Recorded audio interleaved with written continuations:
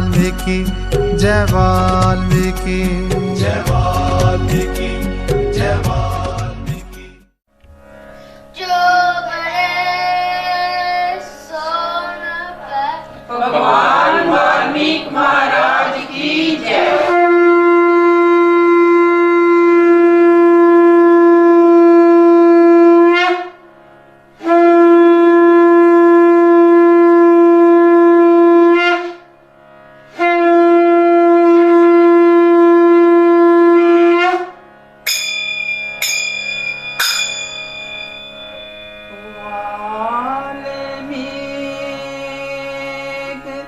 महाराज के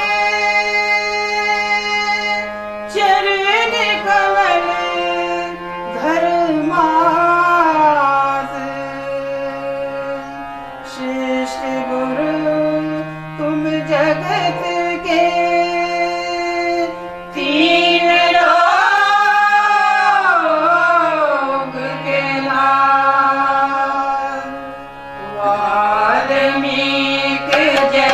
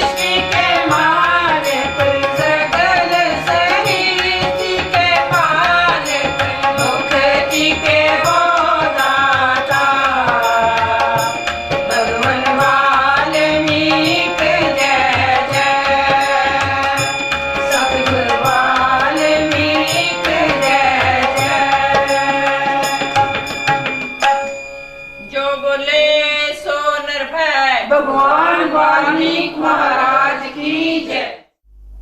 जो बोले सो निरपै भगवान वाल्मीकि महाराज की जय। गुरु रूप साध संगत जी, एक बार फिर असी भगवान वाल्मीकि मंदिर बैडफोर्ड तो कांशी टीवी के माध्यम राही भगवान वाल्मीकि जी की पवित्र बाणी श्री योग वशिष्ठ महाराज के विचार लैके आप दे नाल साझे करने लिए आप दे प्रस्तुत हुए हाँ। आओ सब तो पहले उस प्रभु परमेश्वर को नमस्कार करिए। सचित आनंद रूप आत्मा नूं जिस विच सर्व जीव पासते हैं ते लीन हुंदे हैं ते स्थित हुंदे हैं ते जिस तो ज्ञाता ज्ञान ते ज्ञेयम दृष्टा दर्शन ते दृश्य करता कारण ते क्रिया सिद्ध हुंदे हैं ते जिस आनंद का कारण करके संपूर्ण विश्व आनंदवान है ते जिस आनंद करके जीव जिउंदे हैं उस आनंद रूप आत्मा नूं नमस्कार है। गुरु प्यारी साध संगत जी, भगवान वाल्मीकि जी ने अपनी बाणी विच जो भृगु ऋषि और काल जो सारे ग्रास करने वाला है, इन्हां दोनों का जो संवाद है उसकी कथा अपनी बाणी विच दर्ज की है। भृगु ऋषि जी के सपुत्र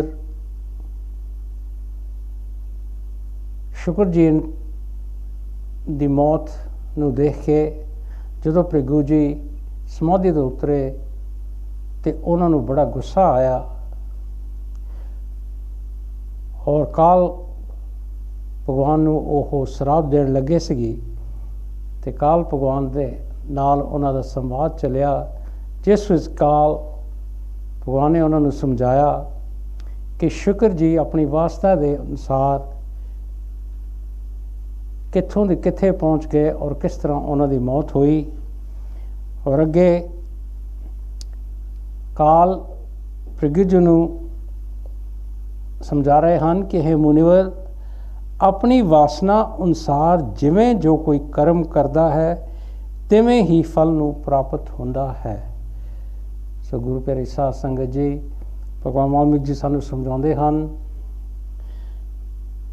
कि जिहो जी इंसान की वासना हुंदी है और वासना का करके जिहो जे कर्म करता है उहो जिहा ही उसनूं फल प्राप्त होंदा है। अच्छे कर्म करेगा उसनूं अच्छा फल मिलेगा, जे माड़े कर्म करेगा तो उसदा फल भी उसनूं माड़ा ही प्राप्त होवेगा। मांस वाले शरीर नाल कुछ नहीं हुंदा। जिवें जिवें तीव्र भावना नाल तेरे पुत्र का मन फुरदा गया तिवें तिवें ही गति वो पाउंदा गया है।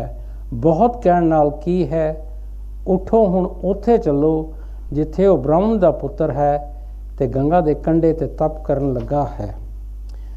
काल जी दसदे हन कि मांस वाले शरीर जिहड़ा है इहदे नाल इंसान कुछ नहीं कर सकता। ये वासना है जो इस शरीर को सब कुछ कराउंदी है। और भृगु जी के पुत्र शुक्र जी के बारे दसदा है कि तेरे पुत्र दी जो भावना सी उस तक करके ਉਹਦੇ मन ਦੇ ਵਿੱਚੋਂ फुरना उठिया और उस तरह का ਉਹ गति पाउंदा गया। और बहुत कहण दे नाल की गल है, हुण चलो उत्थे चलदे हाँ जिथे हुण तुहाडा पुत्र एक ब्राह्मण के घर उसका जन्म होया है ते गंगा के कंढे दे उत्ते वो तप कर रहा है।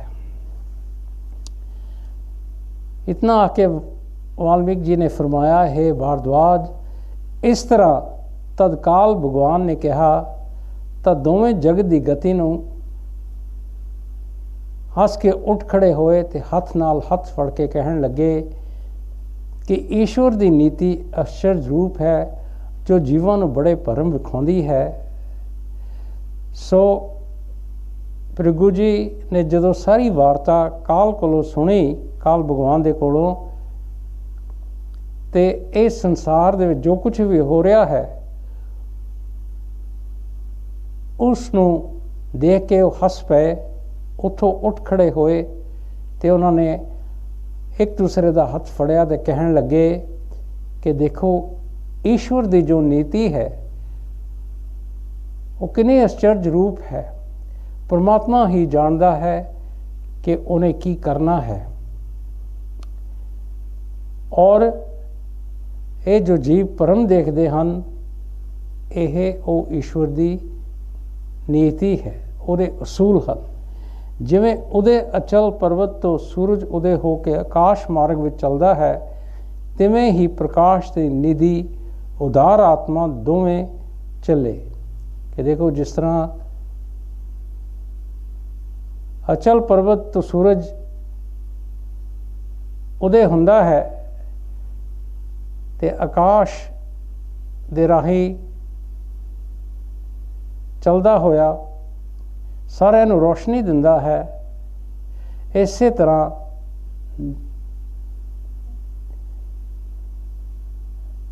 ਉਹ ਦੋਵੇਂ ਵੀ ਉੱਥੋਂ ਚੱਲ ਪਏ, ਭ੍ਰਿਗੂ ਜੀ ਔਰ ਕਾਲ ਜੀ।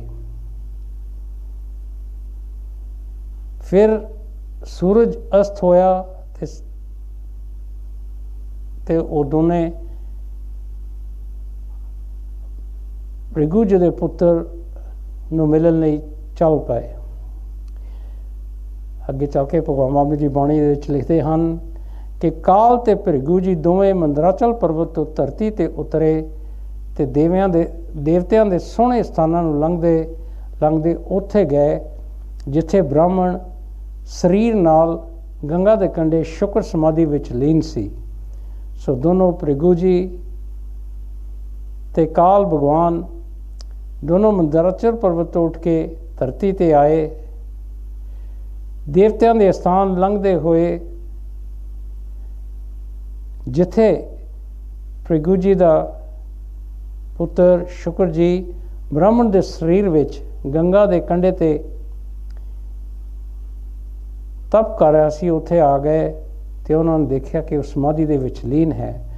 ਉਸ ਦਾ ਮਨ ਰੂਪ ਹਿਰਨ ਅਚਲ ਹੋ ਕੇ ਵਿਸ਼ਰਾਮ ਨੂੰ ਪ੍ਰਾਪਤ ਪਿਆ ਹੈ ਕਿ ਉਹਨਾਂ ਨੇ ਦੇਖਿਆ ਕਿ ਸ਼ੁਕਰ ਜੀ ਦਾ ਇਸ ਬ੍ਰਾਹਮਣ ਦੇ ਰੂਪ ਦੇ ਵਿੱਚ ਉਹਦਾ ਜਿਹੜਾ ਮਨ ਹੈ, ਜਿਸ ਤਰ੍ਹਾਂ ਹਿਰਨ ਦੌੜਦਾ ਇੱਕਦਮ ਇੱਕ ਜਗ੍ਹਾ ਤੇ ਖੜਾ ਹੋ ਜਾਂਦਾ ਹੈ ਔਰ ਵਿਸ਼ਰਾਮ ਪਾਉਂਦਾ ਹੈ, ਉਸੇ ਤਰ੍ਹਾਂ ਉਹਦਾ ਮਨ ਵੀ ਵਿਸ਼ਰਾਮ ਵਿੱਚ ਹੈ, ਸ਼ਾਂਤ ਰੂਪ ਹੋ ਗਿਆ ਹੈ। ਜਿਵੇਂ ਲੰਮੇ ਚਿਰ ਦਾ ਥੱਕਿਆ ਲੰਮੇ ਚਿਰ ਤੱਕ ਵਿਰਾਮ ਕਰਦਾ ਹੈ, ਤਿਵੇਂ ਹੀ ਉਸਨੇ ਆਰਾਮ ਪਾਇਆ ਹੈ। ਕਿ ਜਿਸ ਤਰ੍ਹਾਂ ਕੋਈ ਬਹੁਤ ਲੰਮੇ ਚਿਰ ਦਾ ਥੱਕਿਆ ਹੋਇਆ ਇਨਸਾਨ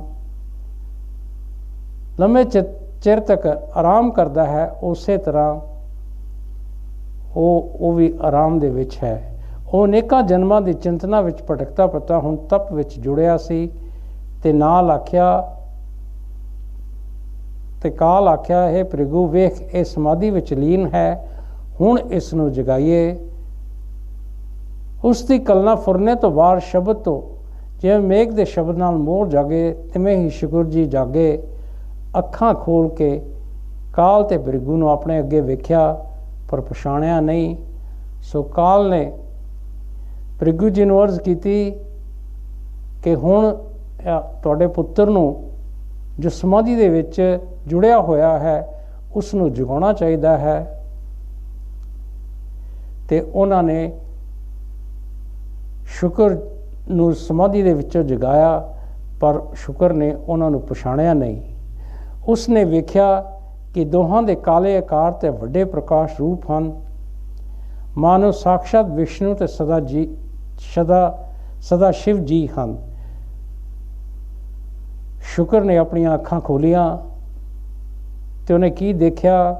ਆਪਣੇ ਸਾਹਮਣੇ ਉਹਨਾਂ ਦੇ ਪਿਤਾ ਭ੍ਰਿਗੂ ਜੀ ਹਨ ਤੇ ਕਾਲ ਭਗਵਾਨ ਹਨ, ਪਰ ਉਹਨਾਂ ਨੇ ਉਹਨਾਂ ਨੂੰ ਪਛਾਣਿਆ ਨਹੀਂ। ਉਹਨੇ ਦੇਖਿਆ ਕਿ ਕਾਲੇ ਆਕਾਰ ਦੇ ਵੱਡੇ ਪ੍ਰਕਾਸ਼ ਰੂਪ ਦੋ ਜੀਵ ਉਹਨਾਂ ਦੇ ਸਾਹਮਣੇ ਹਨ।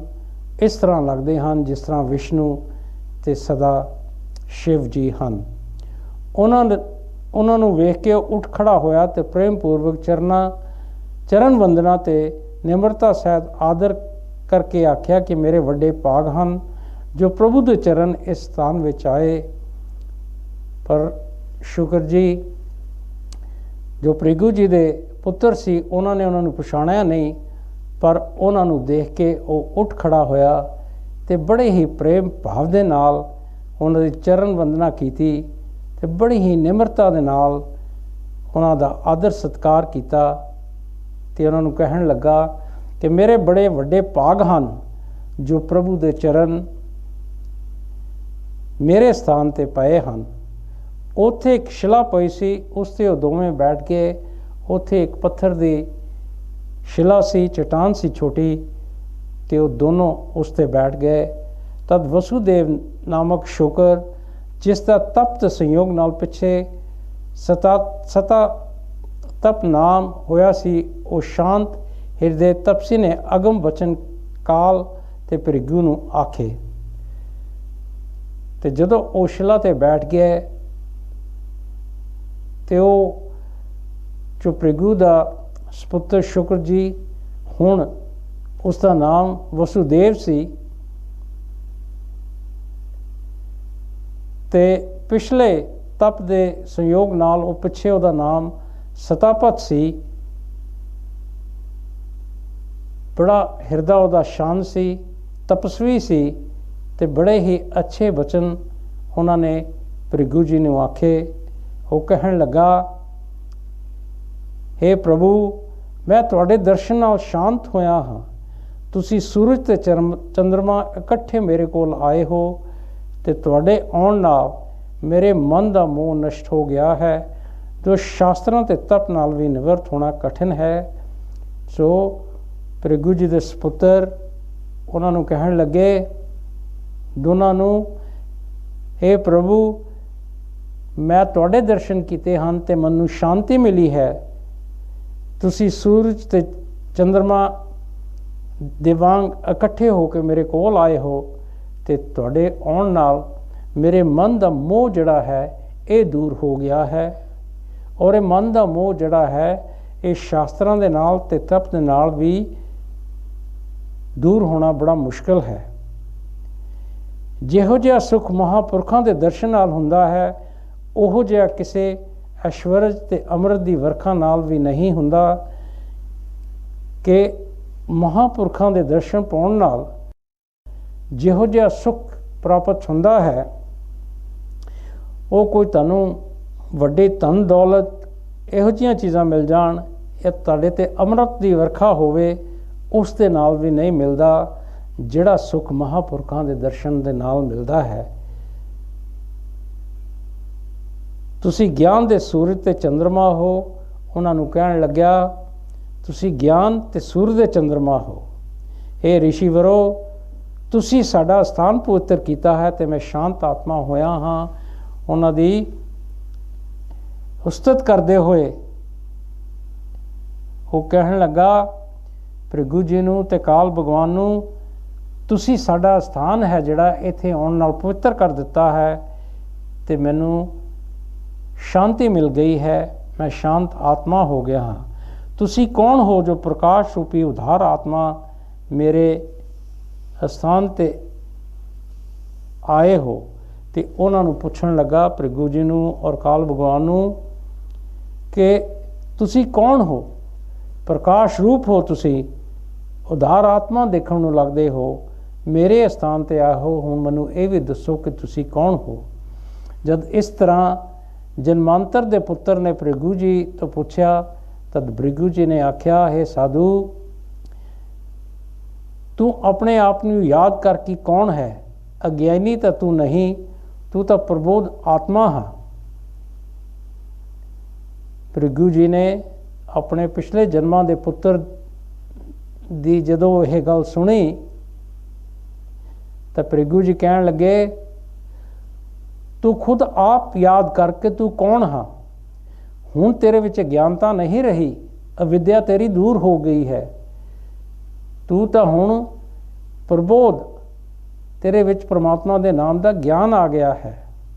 ਜਦ ਇਸ ਤਰ੍ਹਾਂ ਭ੍ਰਿਗੂ ਨੇ ਆਖਿਆ, ਤਦ ਅੱਖਾਂ ਬੰਦ ਕਰਕੇ ਸ਼ੁਕਰ ਧਿਆਨ ਵਿੱਚ ਜੁੜਿਆ ਅਤੇ ਇੱਕ ਮਹੂਰਤ ਵਿੱਚ ਆਪਣਾ ਸਾਰਾ ਵਰਤਾਂਤ ਵੇਖ ਕੇ ਅੱਖਾਂ ਖੋਲ੍ਹੀਆਂ ਅਤੇ ਹੈਰਾਨ ਹੋ ਕੇ ਕਹਿਣ ਲੱਗਾ कि ईश्वर की गति विचित्र रूप है, जिस दे वस हो के मैं वड्डे भरम वेखे ਹਨ ਤੇ जगत रूपी ਚੱਕਰ ਤੇ ਚੜਿਆ मैं ਬੇਅੰਤ जन्म घुमिया हाँ। सो ਭ੍ਰਿਗੂ जी ਦੇ पिछले जन्मां ਦੇ पुत्र शुक्र ने अपनियां ਅੱਖਾਂ ਨੂੰ ਬੰਦ ਕੀਤਾ, ਧਿਆਨ ਲਾਇਆ, ਇਹੋ ਜਿਹੇ ਧਿਆਨ ਦੇ ਵਿੱਚ ਜੁੜਿਆ, ਇੱਕ ਮੁਹੂਰਤ ਧਿਆਨ ਦੇ ਵਿੱਚ ਰਿਹਾ ਤੇ ਜੋ ਪਿਛਲਾ ਸਾਰਾ ਬਿਰਤਾਂਤ ਉਹਦੇ ਨਾਲ ਸੀ ਉਹਨੂੰ ਦੇਖਿਆ। ਅੱਖਾਂ ਖੋਲੀਆਂ ਤੇ ਬੜਾ ਹੈਰਾਨ ਹੋਇਆ ਤੇ ਕਹਿਣ ਲੱਗਾ ਆਪਣੇ ਪਿਤਾ ਜੀ ਨੂੰ ਕਿ ਉਸ ਪ੍ਰਭੂ ਪਰਮੇਸ਼ਵਰ ਦੀ ਗਤੀ ਬਹੁਤ ਹੀ ਵਿਚਿੱਤਰ ਰੂਪ ਹੈ, ਜਿਸ ਦੇ ਵਸ ਹੋ ਕੇ ਮੈਂ ਵੱਡਾ ਪਰਮਾਂ ਦੇ ਵਿੱਚ ਪੈ ਗਿਆ ਤੇ ਜਗਤ ਰੂਪੀ ਇਹ ਜਿਹੜਾ ਚੱਕਰ ਹੈ ਇਹ 'ਤੇ ਚੜਿਆ। ਮੈਂ ਬੜੇ ਹੀ ਜਨਮ ਪਾਏ, ਬੜੇ ਮੇਰੇ ਜਨਮ ਹੋਏ, ਬੜੇ ਵਾਰੀ ਮੇਰੀ ਮੌਤ ਹੋਈ। ਉਹਨਾਂ ਸਾਰਿਆਂ ਨੂੰ ਯਾਦ ਕਰਕੇ ਮੈਂ ਹੁਣ ਹੈਰਾਨ ਹੁੰਦਾ ਹਾਂ ਕਿ ਮੈਂ ਬਹੁਤ ਦੁੱਖ ਤੇ ਅਨੇਕ ਅਵਸਥਾ ਭੋਗੀਆਂ ਹਨ। ਹੁਣ ਮੈਨੂੰ ਯਾਦ ਆ ਰਿਹਾ ਹੈ ਕਿ ਮੈਂ ਇੰਨੇ ਦੁੱਖ ਭੋਗੇ ਔਰ ਕਿਹੋ ਜਿਹੀ ਮੇਰੀ ਅਵਸਥਾ ਹੋਈ। ਸਵਰਗ ਤੇ ਮੰਦਾਰ, ਕਲਬ ਬ੍ਰਿਕਸ਼, ਸੁਮੇਰ, ਕਲਾਸ਼ ਆਦਿਕ ਜੰਗਲ ਕੁੰਜਾਂ ਵਿੱਚੋਂ ਮੈਂ ਰਿਹਾ ਤੇ ਅਜਿਹਾ ਕੋਈ ਪਦਾਰਥ ਨਹੀਂ ਜੋ ਮੈਂ ਨਹੀਂ ਪਾਇਆ, ਅਜਿਹਾ ਕੋਈ ਕਾਰਜ ਨਹੀਂ ਜੋ ਮੈਂ ਨਹੀਂ ਕੀਤਾ ਤੇ ਅਜਿਹਾ ਕੋਈ ਚੰਗਾ ਮਾੜਾ ਨਰਕ ਸਵਰਗ ਨਹੀਂ ਜੋ ਮੈਂ ਨਹੀਂ ਦੇਖਿਆ। ਜੋ ਕੁਝ ਜਾਣਨ ਯੋਗ ਹੈ ਉਹ ਕੀ ਹੈ। ਹੁਣ ਮੈਂ ਆਤਮ ਤੱਤ ਵਿੱਚ ਆਰਾਮ ਕਰ ਰਿਹਾ ਹਾਂ ਤੇ ਸੰਕਲਪ ਮੇਰਾ ਨਸ਼ਟ ਹੋ ਗਿਆ ਹੈ। ਹੁਣ ਤੁਸੀਂ ਉੱਥੇ ਚਲੋ ਜਿੱਥੇ ਮੰਦਰਾਚਲ ਪਰਬਤ 'ਤੇ ਮੇਰਾ ਸਰੀਰ ਪਿਆ ਹੈ। ਸੋ ਭ੍ਰਿਗੂ ਜੀ ਦਾ ਪੁਰਾਣੇ ਜਨਮਾਂ ਦਾ ਪੁੱਤਰ ਸ਼ੁਕਰ ਜੀ ਨੇ ਉਹਨਾਂ ਨੂੰ ਦੋਨਾਂ ਨੂੰ ਦੱਸਿਆ ਕਿ ਮੈਂ ਸਾਰੇ ਪਾਸੇ ਘੁੰਮਿਆ ਹਾਂ, ਬਹੁਤ ਹੀ ਮੇਰੇ ਜਨਮ ਹੋਏ ਹਨ, ਚੰਗਾ ਮਾੜਾ ਨਰਕ ਸਵਰਗ ਮੈਂ ਸਭ ਕੁਝ ਦੇਖਿਆ ਹੈ। ਜੋ ਕੁਝ ਜਾਣਨ ਯੋਗ ਹੈ ਉਹ ਕੀ ਹੈ ਹੁਣ ਮੈਨੂੰ ਪਤਾ ਚੱਲਿਆ ਹੈ। ਹੁਣ ਮੈਂ ਆਪਣੀ ਆਤਮਾ ਦੇ ਨਾਲ ਜੁੜ ਕੇ ਪਰਮਾਤਮਾ ਗਿਆਨ ਪਾਇਆ ਹੈ ਔਰ ਹੁਣ ਮੇਰੇ ਵਿੱਚ ਆਰਾਮ ਆਇਆ ਹੈ। ਮੇਰਾ ਜੋ ਵੀ ਸੰਕਲਪ ਸੀ ਉਹ ਨਸ਼ਟ ਹੋ ਗਿਆ ਹੈ ਤੇ ਹੁਣ ਤੁਸੀਂ ਮੇਰੇ ਨਾਲ ਚੱਲੋ ਉਹ ਮੰਦਰਾਚਲ ਪਰਬਤ 'ਤੇ ਵਾਪਸ ਜਿੱਥੇ ਮੇਰਾ ਸਰੀਰ ਪਿਆ ਹੈ। ਹੁਣ ਮੈਨੂੰ ਕੁਝ ਇੱਛਾ ਨਹੀਂ ਹੈ। ਜੇ ਹੇਉ ਪਾਦੇ ਮੈਨੂੰ ਕੁਝ ਨਹੀਂ ਰਿਹਾ ਤਾਂ ਵੀ ਨੀਤੀ ਦੀ ਰਚਨਾ ਵੇਖ ਕੇ ਆਖਦਾ ਹਾਂ ਜੋ ਬੋਧਵਾਨ ਹਨ ਉਹ ਆਪਣੇ ਸੁਭਾਵਿਕ ਆਚਰਣ ਵਿੱਚ ਵਿਚਰਦੇ ਹਨ। ਅੱਗੇ ਜਿਹੋ ਜਿਹੀ ਇੱਛਾ ਹੋਵੇ ਤਿਵੇਂ ਕਰੋ। ਬੋਧਵਾਨ ਉਸੇ ਆਚਰਣ ਨੂੰ ਅੰਗੀਕਾਰ ਕਰਦੇ ਹਨ, ਇਸ ਲਈ ਆਪਣੇ ਸੁਭਾਵਿਕ ਆਚਰਣ ਨੂੰ ਸਵੀਕਾਰ ਕਰਕੇ ਵਿਵਹਾਰ ਵਿੱਚ ਵਿਚਰੋ।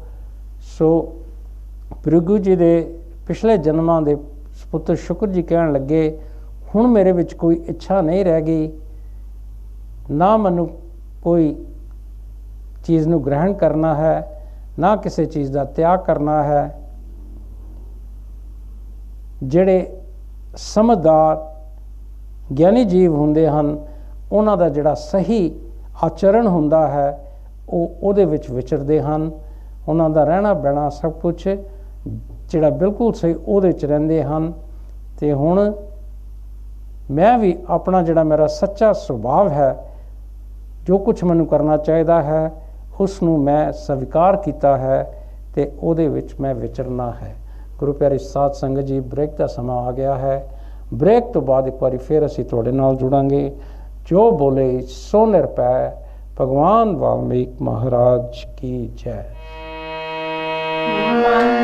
ਮੰਦਰ ਵਿੱਚ ਜਿਨ੍ਹਾਂ ਸੇਵਕਾਂ, ਮੰਦਰ ਵਿੱਚ ਜਿਨ੍ਹਾਂ ਸੇਵਕਾਂ, ਨਾਮ ਦੀ ਜੋਤ ਜਗਾ ਲਈ ਹੈ। ਵਾਲਮੀਕ ਜੀ ਦੇ ਦਰ ਤੇ ਆ ਕੇ ਉਹਨਾਂ ਨੇ ਮੁਕਤੀ ਪਾ ਲਈ ਹੈ। ਉਹਨਾਂ ਨੇ ਮੁਕਤੀ ਪਾ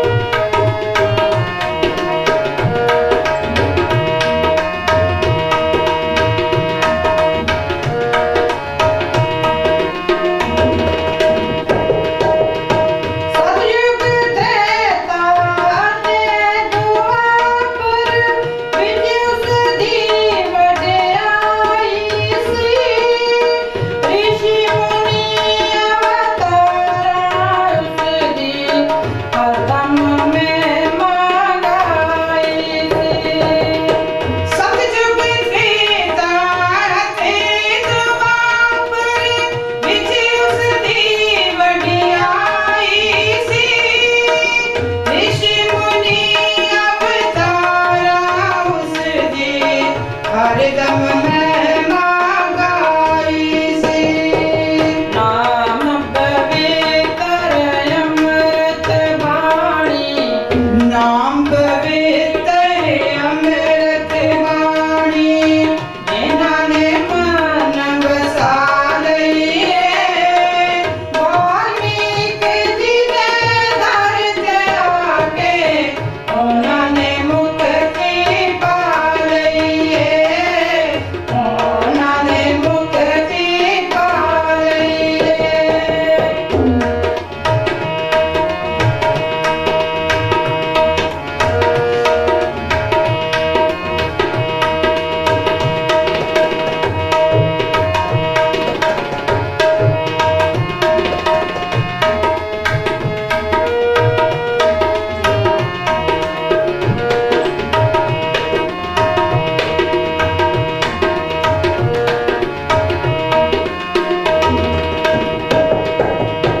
हर पासे हर शै दे अंदर उसदा नूर नजारा जी। रंग बरंगी दुनिया नूं बस तेरा नाम सहारा जी। हर पासे हर शै दे अंदर उसदा नूर नजारा सी। रंग बिरंगी दुनिया नूं बस तेरा नाम सहारा जी। परम पिता परमेश्वर जी, परम पिता परमेश्वर जी, जिन्हां ने महिमा गा लईए। वाल्मीकि जी ने दर ते आके उन्हां ने मुक्ति पा लईए।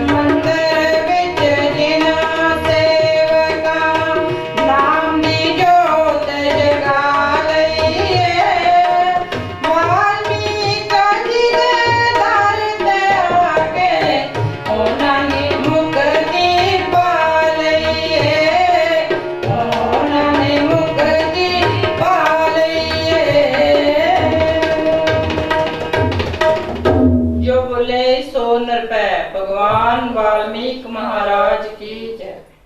जो बोले सो निरभै भगवान वाल्मीकि महाराज की जय। गुरु रूप साध संगत जी, ब्रेक तो बाद एक बार फिर असी भगवान वाल्मीकि जी की पुत्र बाणी लैके आपदे नाल जुड़ते हाँ। कांशी टीवी का धन्यवाद करते हाँ जिन्हां दे माध्यम राही असी भगवान वाल्मीकि जी दे बाणी दे विचार आपदे नाल साझे करते हाँ। गुरु प्यारे साध संगत जी, भगवान वाल्मीकि जी कथा नूं अगे लैके जाते हैं और दसते हैं कि इस तरह विचार करके तिने आकाश मार्ग नूं तुरे ते छेती ही मेघ मंडल नूं उलंघ के सिद्धा ने मार्ग तो मंदराचल पर्वत ते सोने की गुफा विच पुजे ते पहले शरीर नूं वेख के शुक्र ने कहा। सो तिने शुक्र भृगु जी दे पिछले जन्मां दे पुत्र काल भगवान ते भृगु जी तिने आकाश मार्ग नूं तुरे ते मेघ मंडल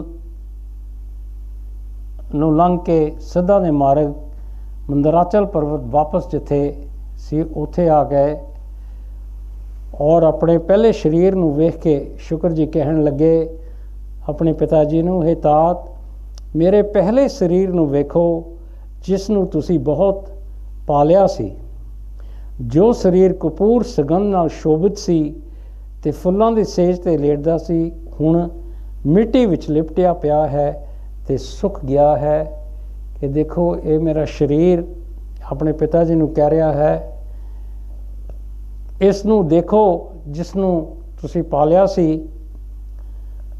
कपूर दी खुशबू नाल शोभित हुंदा सी ते फुल्लां दी सेज दे उत्ते लेटदा सी, हुण देखो यह मिट्टी विच लिपटिया होया है ते सुख गया है।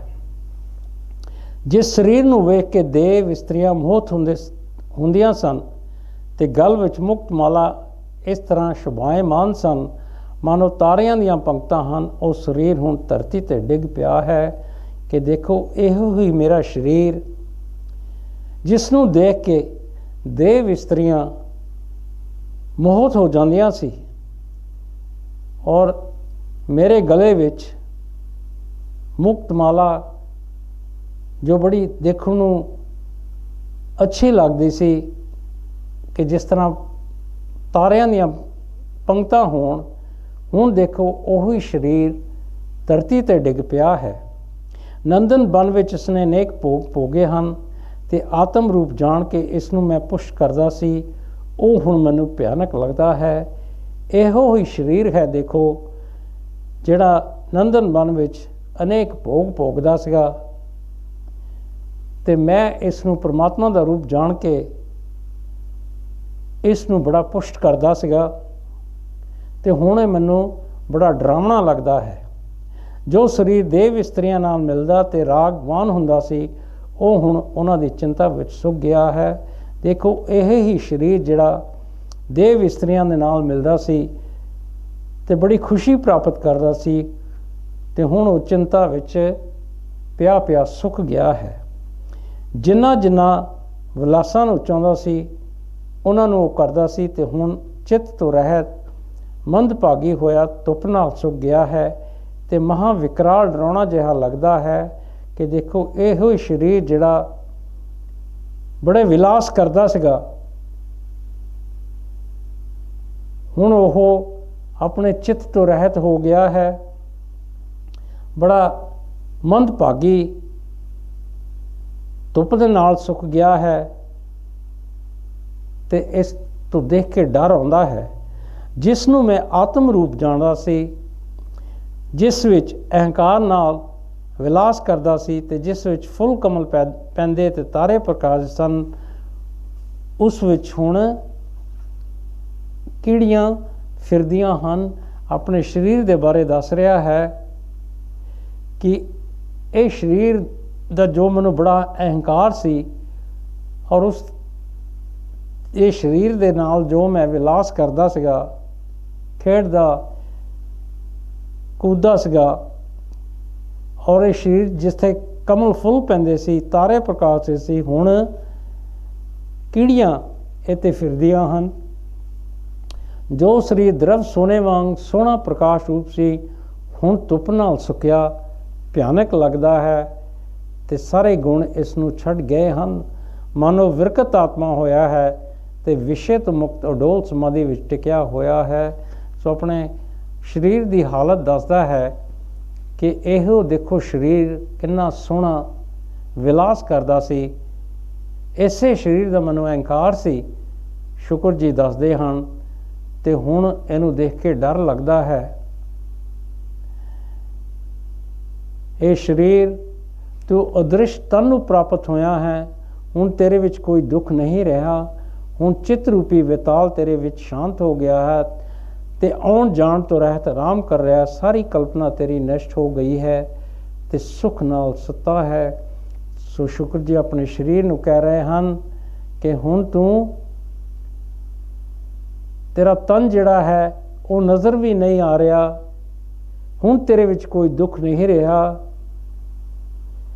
ਇਹ ਜਿਹੜਾ ਚਿੱਤ ਰੂਪੀ ਭੂਤ ਜਿਹੜਾ ਤੇਰੇ ਵਿੱਚ ਸੀ ਉਹ ਸ਼ਾਂਤ ਹੋ ਗਿਆ ਹੈ ਤੇ ਹੁਣ ਤੂੰ ਆਉਣ ਜਾਣ ਤੋਂ ਰਹਿਤ ਆਰਾਮ ਕਰ ਰਿਹਾ ਹਾਂ, ਇੱਕ ਜਗ੍ਹਾ ਤੇ ਟਿਕ ਗਿਆ ਹਾਂ। ਸਾਰੀ ਕਲਪਨਾ ਤੇਰੀ ਨਸ਼ਟ ਹੋ ਗਈ ਹੈ ਤੇ ਹੁਣ ਤੂੰ ਸੁੱਖ ਨਾਲ ਸੁੱਤਾ ਪਿਆ ਹਾਂ। ਚਿੱਤ ਰੂਪੀ ਬਾਂਦਰ ਤੋਂ ਰਹਿਤ ਸਰੀਰ ਬਿਰਸ਼ ਠਹਿਰ ਗਿਆ ਹੈ ਤੇ ਹੁਣ ਅਨਰਥ ਤੋਂ ਰਹਿਤ ਪਹਾੜ ਦੀ ਨਿਆਈ ਅਚਲ ਹੋਇਆ ਹਾਂ, ਕਿਉਂਕਿ ਤੇਰੇ ਵਿੱਚ ਹੁਣ ਮਨ ਦੀ ਸ਼ਕਤੀ ਚਿੱਤ ਕੰਮ ਨਹੀਂ ਕਰ ਰਿਹਾ ਤੇ ਹੁਣ ਤੇਰੇ ਤੋਂ ਕੋਈ ਅਨਰਥ ਨਹੀਂ ਹੁੰਦਾ। ਜਿਸ ਤਰ੍ਹਾਂ ਪਹਾੜ ਆਪਣੀ ਜਗ੍ਹਾ ਤੇ ਟਿਕੇ ਹੋਏ ਹੁੰਦੇ ਹਨ, ਉਸੇ ਹੀ ਤਰ੍ਹਾਂ ਤੂੰ ਇੱਕ ਜਗ੍ਹਾ ਤੇ ਟਿਕ ਗਿਆ ਹੈ। ਇਹ ਦੇਹ ਹੁਣ ਸਾਰੇ ਦੁੱਖ ਤੋਂ ਰਹਿਤ ਪਰਮ ਆਨੰਦ ਵਿੱਚ ਸਥਿਤ ਹੈ। ਇਹ ਜੋ ਸਰੀਰਕ ਦੇਹ ਹੈ, ਹੁਣ ਇਹਦੇ 'ਚ ਕੋਈ ਦੁੱਖ ਨਹੀਂ ਹੈ ਤੇ ਪਰਮ ਆਨੰਦ ਵਿੱਚ ਟਿਕ ਗਈ ਹੈ। ਸਾਰੇ ਅਨਰਥਾਂ ਦਾ ਕਾਰਨ ਚਿੱਤ ਹੈ। ਜਦ ਤੱਕ ਚਿੱਤ ਸ਼ਾਂਤ ਨਹੀਂ ਹੁੰਦਾ ਤਦ ਤੱਕ ਜੀਵ ਨੂੰ ਆਨੰਦ ਨਹੀਂ ਮਿਲਦਾ। ਜਦ ਅਮਨ ਸ਼ਕਤੀ ਪਦ ਨੂੰ ਪ੍ਰਾਪਤ ਹੁੰਦਾ ਹੈ ਤਦ ਮਹਾ ਆਦਿ ਵਿਆਦੀ ਜਗਤ ਤੇ ਦੁੱਖਾਂ ਨੂੰ ਤਰ ਕੇ ਪਹਿਲਾ ਤੇ ਪਰਮ ਆਨੰਦ ਨੂੰ ਪ੍ਰਾਪਤ ਹੁੰਦਾ ਹੈ। ਸੋ ਸ਼ੁਕਰ ਜੀ ਕਹਿ ਰਹੇ ਹਨ ਕਿ ਜਿੰਨੇ ਵੀ ਅਨਰਥ ਹੈ ਇਹਨਾਂ ਦਾ ਕਾਰਨ ਇਹ ਮਨ ਦੀ ਸ਼ਕਤੀ ਚਿੱਤ ਹੈ। ਇਹ ਮਨ ਤੋਂ ਹੀ ਸਾਰਾ ਅਨਰਥ ਹੁੰਦਾ ਹੈ। ਜਿੰਨੀ ਦੇਰ ਤੱਕ ਇਹ ਚਿੱਤ ਸ਼ਾਂਤ ਨਹੀਂ ਹੁੰਦਾ ਉਨੀ ਤੱਕ ਜੀਵ ਨੂੰ ਕਦੀ ਆਨੰਦ ਨਹੀਂ ਮਿਲਦਾ। ਜਦੋਂ ਇਹ ਮਨ ਦੀ ਸ਼ਕਤੀ ਖਤਮ ਹੋ ਜਾਂਦੀ ਹੈ ਫਿਰ ਪਰਮ ਪਦ ਨੂੰ ਪ੍ਰਾਪਤ ਹੁੰਦਾ ਹੈ। ਫਿਰ ਜੋ ਸਰੀਰਕ ਤੇ ਮਾਨਸਿਕ ਜੋ ਦੁੱਖ ਹਨ, ਸੰਸਾਰੀ ਦੁੱਖ ਹਨ, ਉਹ ਸਾਰੇ ਦੂਰ ਹੋ ਜਾਂਦੇ ਹਨ ਤੇ ਫਿਰ ਇਨਸਾਨ ਆਪਣੇ ਮਨ ਦੀ ਸ਼ਕਤੀ ਨੂੰ ਖਤਮ ਕਰਕੇ ਪਰਮ ਆਨੰਦ ਨੂੰ ਪ੍ਰਾਪਤ ਹੁੰਦਾ। ਉਹ ਆਨੰਦ ਨੂੰ ਪ੍ਰਾਪਤ ਕਰਦਾ ਹੈ ਜੋ ਹਮੇਸ਼ਾ ਉਹਦੇ ਨਾਲ ਰਹਿਣ ਵਾਲਾ ਹੈ। ਭਗਵਾਨ ਵਾਲਮੀਕ ਜੀ ਸਾਡੇ ਸਾਹਮਣੇ ਸਵਾਲ ਰੱਖਦੇ ਹਨ ਕਿ ਭ੍ਰਿਗੂ ਦੇ ਜੋ ਸ਼ੁਕਰ ਪੁੱਤਰ ਸੀ ਉਸਨੇ ਤਾਂ ਅਨੇਕਾਂ ਸਰੀਰ ਧਾਰੇ ਸਨ ਤੇ ਬਹੁਤ ਭੋਗ ਭੋਗੇ ਸਨ, ਤਾਂ ਭ੍ਰਿਗੂ ਤੋਂ ਜੋ ਸਰੀਰ ਉਤਪੰਨ ਸੀ ਉਸ ਨੂੰ ਵੇਖ ਬਹੁਤ ਅਫਸੋਸ ਕਿਉਂ ਕੀਤਾ ਤੇ ਦੇਹਾਂ ਦਾ ਚਿੰਤਨ ਕਿਉਂ ਨਾ ਕੀਤਾ? ਇਸ ਦਾ ਕੀ ਕਾਰਨ ਹੈ? ਸੋ ਦੇਖੋ ਭਗਵਾਨ ਵਾਲਮੀਕ ਜੀ ਨੇ ਬੜਾ ਹੀ ਸੋਹਣਾ ਸਵਾਲ ਸਾਡੇ ਸਾਹਮਣੇ ਲਿਆਂਦਾ ਹੈ ਕਿ ਭ੍ਰਿਗੂ ਦੇ ਪੁੱਤਰ ਸ਼ੁਕਰ ਨੇ ਬਹੁਤ ਸਰੀਰ ਧਾਰੇ, ਬਹੁਤ ਵਾਰੀ ਉਹਦੀ ਮੌਤ ਹੋਈ, ਬਹੁਤ ਭੋਗ ਉਸਨੇ ਭੋਗੇ ਔਰ ਇਹ ਜਿਹੜਾ ਸਰੀਰ ਉਸਨੂੰ ਭ੍ਰਿਗੂ ਤੋਂ ਪ੍ਰਾਪਤ ਹੋਇਆ ਸੀ ਉਸ ਨੂੰ ਵੇਖ ਕੇ ਉਸਨੇ ਬੜਾ ਅਫਸੋਸ ਕੀਤਾ।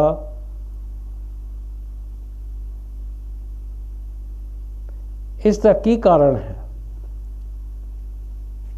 ਸ਼ੁਕਰ ਦੀ ਸੰਵੇਦਨ ਕਲਪਨਾ ਜੋ ਜੀਵ ਭਾਵ ਨੂੰ ਪ੍ਰਾਪਤ ਹੋਈ ਸੀ, ਸੋ ਕਰਮ ਆਤਮਕ ਹੋ ਕੇ ਭ੍ਰਿਗੂ ਤੋਂ ਉਪਜੀ।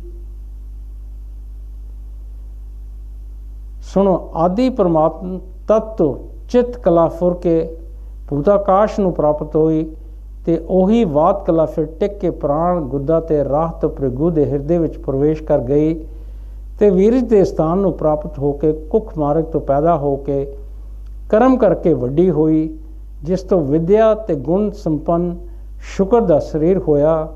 ਉਸ ਸਰੀਰ ਨੂੰ ਜੋ ਉਸਨੇ ਲੰਮੇ ਚਿਰ ਸੇਵਨ ਕੀਤਾ ਸੀ, ਇਸ ਨਾਲ ਉਸ ਦਾ ਅਫਸੋਸ ਕੀਤਾ। ਜੇ ਉਹ ਵੀਤਰਾਗ ਤੇ ਇੱਛਾ ਰਹਿਤ ਸੀ ਤਾਂ ਵੀ ਲੰਮੇ ਚਿਰ ਜੋ ਅਭਿਆਸ ਕੀਤਾ ਸੀ ਉਹੋ ਹੀ ਫੁਰ ਆਇਆ। ਸੋ ਭਗਵਾਨ ਵਾਲਮੀਕ ਜੀ ਸਾਨੂੰ ਸਮਝਾਉਂਦੇ ਹਨ ਕਿ ਸ਼ੁਕਰ ਦੇ ਰਾਹੀਂ ਉਹਨਾਂ ਦਾ ਸਪੁੱਤਰ ਸ਼ੁਕਰ ਜੀ ਪੈਦਾ ਹੋਇਆ ਸੀਗਾ ਤੇ ਲੰਮੇ ਚਿਰ ਤੱਕ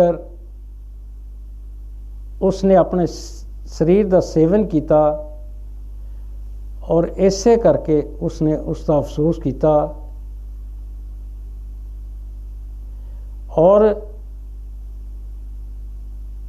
ਜੋ ਇੱਛਾ ਤੋਂ ਰਹਿਤ ਉਹ ਸਰੀਰ ਹੋ ਗਿਆ ਸੀ, ਉਹ ਪਿਛਲੇ ਜੋ ਇੱਛਾ ਸੀ ਉਸ ਦੇ ਨਾਲ ਉਹ ਫਿਰ ਉਹਨੂੰ ਇੱਛਾ ਜਾਗ ਪਈ ਤੇ ਇਸ ਕਰਕੇ ਉਸਨੇ ਉਸ ਸਰੀਰ ਦਾ ਅਫਸੋਸ ਕੀਤਾ। ਗਿਆਨੀ ਹੋਵੇ ਜਾਂ ਅਗਿਆਨੀ, ਵਿਵਹਾਰ ਦੋਵਾਂ ਦਾ ਬਰਾਬਰ ਹੁੰਦਾ ਹੈ, ਪਰ ਸ਼ਕਤੀ ਇੱਕ ਸ਼ਕਤੀ ਦਾ ਭੇਦ ਹੈ। ਸੋ ਭਗਵਾਨ ਵਾਲਮੀਕ ਜੀ ਸਮਝਾਉਂਦੇ ਹਨ ਕਿ ਇਨਸਾਨ ਦੇ ਵਿੱਚ ਗਿਆਨ ਹੋਵੇ ਜਾਂ ਉਹਦੇ ਵਿੱਚ ਗਿਆਨਤਾ ਹੋਵੇ, ਦੋਹਾਂ ਦਾ ਵਿਵਹਾਰ ਜਿਹੜਾ ਹੁੰਦਾ ਹੈ ਬਰਾਬਰ ਹੁੰਦਾ ਹੈ। ਉਹਦੇ 'ਚ ਵਿਵਹਾਰ ਦੇ ਵਿੱਚ ਕਿੰਨੀ ਸ਼ਕਤੀ ਹੈ ਜਾਂ ਸ਼ਕਤੀ ਨਹੀਂ ਹੈ, ਇਸ ਦਾ ਫਰਕ ਹੁੰਦਾ ਹੈ। ਗਿਆਨੀ ਬੇਸ਼ੱਕ ਨਿਰਲੇਪ ਰਹਿੰਦਾ ਹੈ ਤੇ ਅਗਿਆਨੀ ਕਿਰਿਆ ਵਿੱਚ ਬੋਧਵਾਨ ਹੁੰਦਾ ਹੈ ਕਿ ਗਿਆਨੀ ਜਿਹੜੇ ਹੁੰਦੇ ਹਨ ਉਹ ਕਿਸੇ ਵੀ ਚੀਜ਼ ਦੇ ਨਾਲ, ਸੰਸਾਰ ਦੇ ਨਾਲ ਜੁੜਦੇ ਨਹੀਂ, ਤੇ ਜਿਹੜੇ ਅਗਿਆਨੀ ਜੀਵ ਹੁੰਦੇ ਹਨ ਜਿਨ੍ਹਾਂ ਦੇ ਵਿੱਚ ਵਿਦਿਆ ਹੈ, ਉਹ ਆਪਣੇ ਕੰਮ ਕਾਜ ਕਰਦੇ ਹੋਏ ਸੰਸਾਰ ਦੇ ਨਾਲ ਜੁੜੇ ਹੋਏ ਹਨ। ਗਿਆਨੀ ਮੋਖ ਰੂਪ ਹੈ ਤੇ ਅਗਿਆਨੀ ਦਿਲਿਦਰ ਹੈ। ਜਿਹੜੇ ਗਿਆਨੀ ਹੁੰਦੇ ਹਨ ਉਹ ਮੁਕਤ ਰੂਪ ਹਨ, ਸੰਸਾਰ ਤੋਂ ਮੁਕਤ ਹੋ ਗਏ ਹਨ, ਪਰ ਜੋ ਅਗਿਆਨੀ ਜੀਵ ਹਨ ਉਹ ਸੰਸਾਰ ਦੇ ਨਾਲ ਬੱਝੇ ਹੋਏ ਹਨ। ਉਹ ਅਗਿਆਨਤਾ ਦਾ ਕਰਕੇ ਦਿਲਿਦਰੀ ਹਨ, ਉਹਨਾਂ ਦੇ ਵਿੱਚ ਪਰਮਾਤਮਾ ਦੇ ਨਾਮ ਦੀ ਘਾਟ ਹੈ। ਜਿਵੇਂ ਜੰਗਲ ਵਿੱਚ ਜਾਲ ਨਾਲ ਪੰਛੀ ਫਸਦਾ ਹੈ, ਤਿਵੇਂ ਅਗਿਆਨੀ ਲੋਕ ਵਿਵਹਾਰ ਵਿੱਚ ਬੰਧਕ ਹੁੰਦਾ ਹੈ। ਸੋ ਉਦਾਹਰਣ ਦੇ ਕੇ ਭਗਵਾਨ ਵਾਲਮੀਕ ਜੀ ਸਮਝਾਉਂਦੇ ਹਨ ਕਿ ਜਿਸ ਤਰ੍ਹਾਂ ਦੇਖੋ ਜੰਗਲ ਦੇ ਵਿੱਚ ਪੰਛੀ ਜੋ ਹੁੰਦੇ ਹਨ ਜਾਲ ਦੇ ਵਿੱਚ ਫਸ ਜਾਂਦੇ ਹਨ, ਬਿਲਕੁਲ ਇਸੇ ਹੀ ਤਰ੍ਹਾਂ ਜਿਹੜੇ ਗਿਆਨੀ ਜੀਵ ਹੁੰਦੇ ਹਨ ਉਹ ਵੀ ਇਸੇ ਤਰ੍ਹਾਂ ਹਨ, ਉਹ ਸੰਸਾਰੀ ਜਾਲ ਦੇ ਵਿੱਚ ਫਸ ਜਾਂਦੇ ਹਨ। ਜੋ ਵਾਸਨਾ ਰਹਿਤ ਹੈ ਉਹ ਬੰਧਨ ਰਹਿਤ ਹੈ, ਵਾਸਨਾ ਸਹਿਤ ਬੰਧਕ ਹੈ। ਇਸ ਲਈ ਵਾਸਨਾ ਮਾਤਰ ਭੇਦ ਹੈ। ਜਿਨ੍ਹਾਂ ਦੇ ਵਿੱਚ ਵਾਸਨਾ ਨਹੀਂ ਹੈ ਉਹ ਸੰਸਾਰੀ ਬੰਧਨਾਂ ਦੇ ਵਿੱਚ ਨਹੀਂ ਫਸਦੇ, ਔਰ ਜਿਨ੍ਹਾਂ ਦੇ ਵਿੱਚ ਵਾਸਨਾ ਹੈ ਉਹ ਸੰਸਾਰ ਦੇ ਨਾਲ ਬੱਝੇ ਹੋਏ ਹਨ।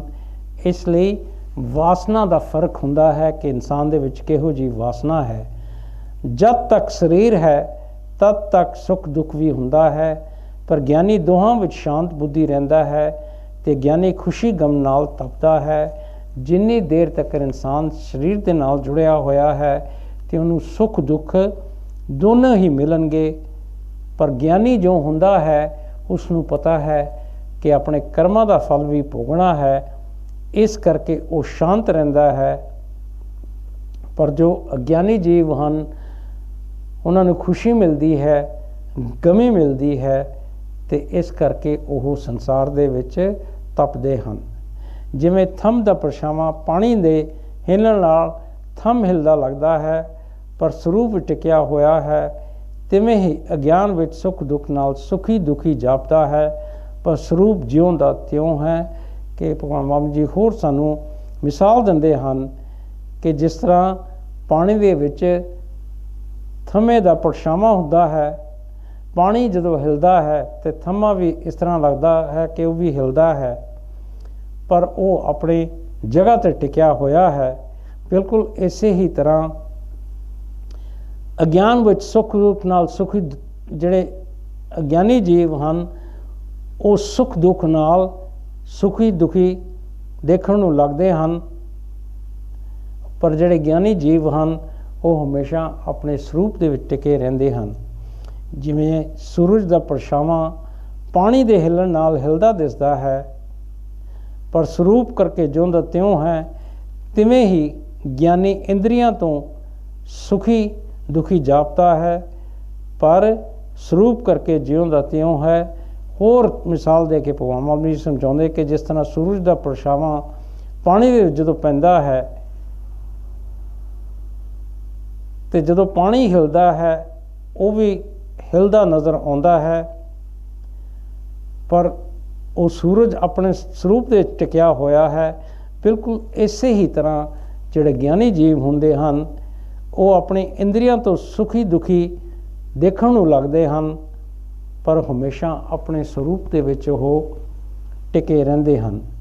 ਅਗਿਆਨੀ ਬਾਹਰੋਂ ਕਿਰਿਆ ਦਾ ਤਿਆਗ ਕਰਦਾ ਹੈ ਤਾਂ ਵੀ ਬੰਧਨ ਵਿੱਚ ਰਹਿੰਦਾ ਹੈ, ਤੇ ਗਿਆਨੀ ਕਿਰਿਆ ਕਰਦਾ ਹੈ ਤਾਂ ਵੀ ਮੋਖ ਰੂਪ ਹੈ।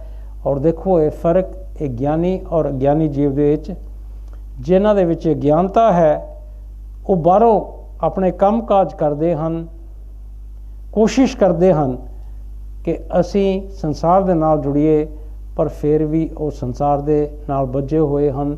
ਤੇ ਜਿਹੜੇ ਗਿਆਨੀ ਜੀਵ ਹਨ ਉਹ ਸੰਸਾਰੀ ਕੰਮ ਕਾਜ ਕਰਦੇ ਨਜ਼ਰ ਆਉਂਦੇ ਹਨ, ਪਰ ਫਿਰ ਵੀ ਉਹ ਸੰਸਾਰ ਤੋਂ ਮੁਕਤ ਹਨ।